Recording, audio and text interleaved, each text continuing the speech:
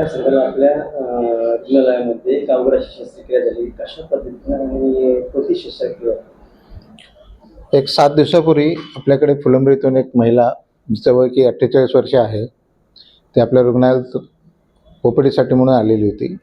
तिच्या अंगावर रक्तस्राव होता म्हणून डॉक्टर स्मिता, आमचे जे गायनेकोलॉजिस्ट आहेत, स्त्रीरोग तज्ज्ञ, यांनी तिची तपासणी केली असता तिचं HbA फारच कमी होतं आणि अंगावर रक्तस्राव हे बरेच 1 वर्षापासूनची कंप्लेंट होती. तपासणी केली असता जवळपास पोटामध्ये 20 आठवड्यापर्यंतची गाठ असल्याचा एक अंदाज, प्राथमिक अंदाज त्यांना आला. आणि मग सोनोग्राफी केली असता म्हणजे कॉम्प्लिकेटेड फायब्रॉइड त्याला म्हणतो आपण, त्याला असे आणि मल्टिपल फायब्रॉइड 7 ते 8 गाठी, ज्याला की आपण फायब्रॉइड म्हणतो, त्या आढळून आल्या. त्यात एक मोठी 7 ते 8 सेंटीमीटरची गाठ, अशा 2 ते 3 गाठी होत्या, बाकी काही छोट्या स्वरूपाच्या होत्या. म्हणजे हा प्रकार कसा आहे की हा गर्भपिशवीला झालेला आजार, म्हणजे जिथं गर्भपिशवी वजन जे असतं ते 50 ते 60 ग्रॅम असतं फक्त, तर तिथं जे ह्या गाठीमुळं तिचं वजन जवळपास 2 किलो हे झालेलं होतं. आणि ही अवघड शस्त्रक्रिया होती. म्हणजे आपल्या सिव्हिल हॉस्पिटलला करण्यासाठी एक फार मोठं चॅलेंज होतं. पण डॉक्टर स्मिता आणि आम्ही हे मी स्वतः स्त्रीरोग तज्ज्ञ असल्यामुळं आम्ही डिस्कशन करून या पेशंटला ऑपरेट करायचं की याच्यावर विचार करून ऑपरेट करण्यासाठी एक अडचण होती की त्या पेशंटचं HB हे फारच कमी होतं. म्हणून आम्ही तिला अगोदर 3 ब्लड दिले आणि तिला फिट करून मग आम्ही काल 11 वाजता तिचं ऑपरेशन करण्याचा निर्णय घेतला.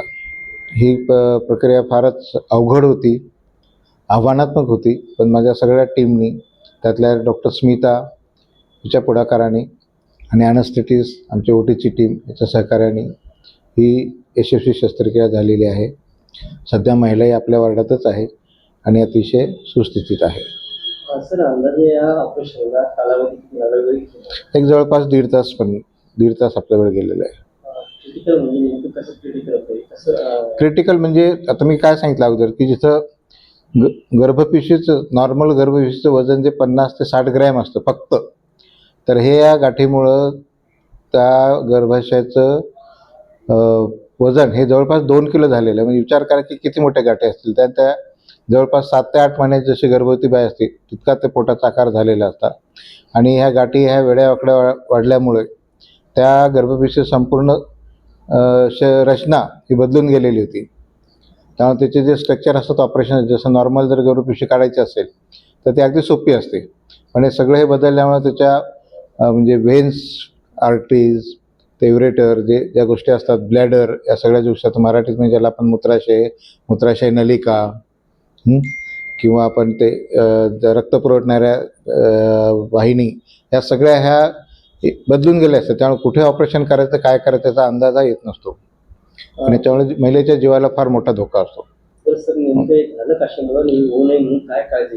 होऊ नये म्हणून वेळोवेळी तर हे करायचं. झालं ह्याचे कारण असे आहेत, एकतर हार्मोनल इम्बॅलन्स असतो, इस्ट्रोजन प्रोजेस्टेरॉन जे आपल्या शरीरामध्ये प्रमाण असतं त्याचं कमी जास्त होणे हे एक प्रकार असतो. अनुवंशिक असतं, परत डायटरी असतं काही लोकांमध्ये, आणि काही लोकांमध्ये असं काय कारण असं स्पेसिफिक सांगता येत नाही. पण मेन जे कारण ते हार्मोनल इम्बॅलन्स आणि अनुवंशिक प्रकार जास्त असतो. आणि याचं कारण म्हणजे वेळोवेळी जर समजा एक 30 वर्ष झाल्यानंतर महिलांनी सतत रेग्युलर तपासणी करून घ्यायला पाहिजे. जर मासिक पाळी सोडून इतर वेळेस जर रक्तस्राव होत असेल, पोटात काय वेदना होत असतील, पोटाचा काय आकार बदलत असेल, तर ह्या सगळ्या गोष्टीची काळजी घेऊन वेळोवेळी तपासणी केली तर वेळेत लक्षात येऊन एवढं हा मोठा धोका होणार नाही.